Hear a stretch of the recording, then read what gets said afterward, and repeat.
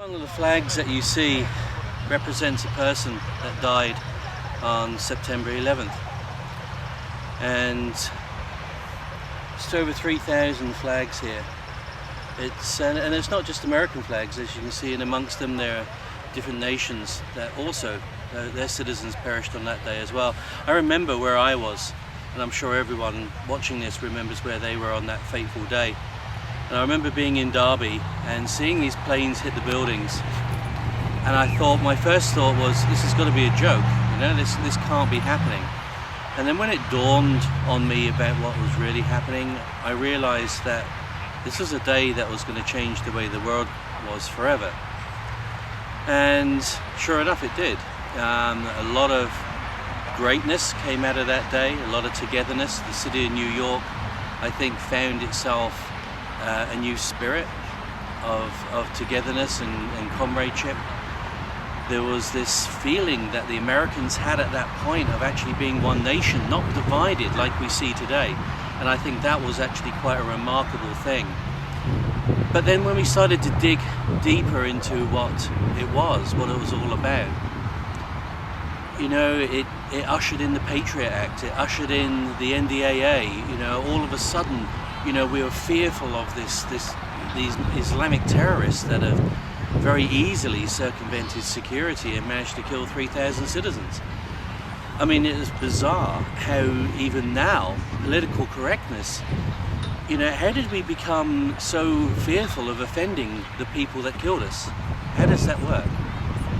And I feel that it's really good to see memorials like this to remind Americans what America is like when it comes together. It's the most powerful nation on the earth when it comes together, and it can be really, really brittle when it's divided like it is being politically at the present time. And that worries me. I always look, when I see things like this and terrorist acts, as to who gets the most out of it. And certainly it wasn't the Islamic terrorists. I mean, they were unattributed at that point. We know that they came from Saudi Arabia, and yet how does Saudi Arabia still maintain its status with the United States? I don't get that. We give them preferential treatment.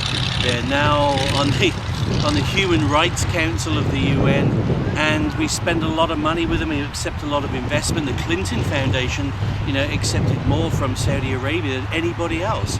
What is going on? These are the Wahhabists. These are the people that bred Osama bin Laden. These are the people that actually want us dead because their ideology conflicts with ours, and that's just a fact.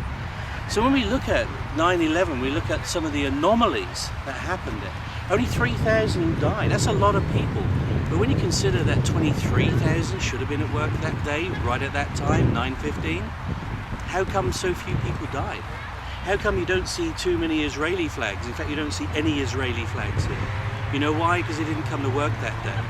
I wonder why that was. How did two aeroplanes made out of aluminium and jet fuel bring down two of the most incredibly heaviest structured buildings in the world? And how did two planes actually bring down three buildings? How does that work?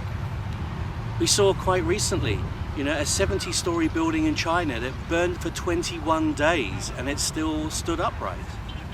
You look at the Pentagon, where is the plane? It goes into a hole like that, really? No plane in the world has ever done that. Where was the plane in Virginia? They found no bodies, no parts of any wreckage. You know, how come all the gold that was in the storage underneath the two towers actually magically disappeared? It evaporated in the heat of the flames, so they say. And yet trucks are going in and out for 2 weeks beforehand. Somebody knew something. The guy who owned Building 7, it just insured it only a week before that. People that had 30-year leases broke them only 2 weeks before and took all their people away.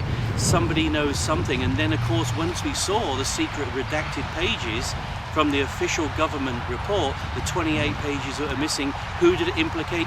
Saudi Arabia. There are so many unanswered questions, and that is what I would really remind the people. Don't just look at this and say, wasn't that a shame? People should be angry, because who knows who did this? People have been talking for ages. Was it an inside job? How did people manage to just get the type of area to be able to come and do this? I believe that all Americans should be asking who benefited most from this. And who did we go to war with? We went into Iraq and Afghanistan. Why didn't we go to Saudi Arabia? That's where they all came from. There is something wrong in the story. There is something wrong in the official narrative. But you know what is most wrong? It's the apathy of the American people 15 years later who go, whatever, why would our government want to hurt us? Well, people are angry now. People are understanding that the government is not necessarily their friend. People need to ask questions every single year so things like this don't happen again. You think by bringing 1 million Muslims unvetted into America is not going to create more of this? Really? 19 people did this. What could 100,000 do? What could 1 million do? These are questions that the American public need to ask themselves if they wish to remain sovereign, if they wish to remain the land of the free and the home of the brave.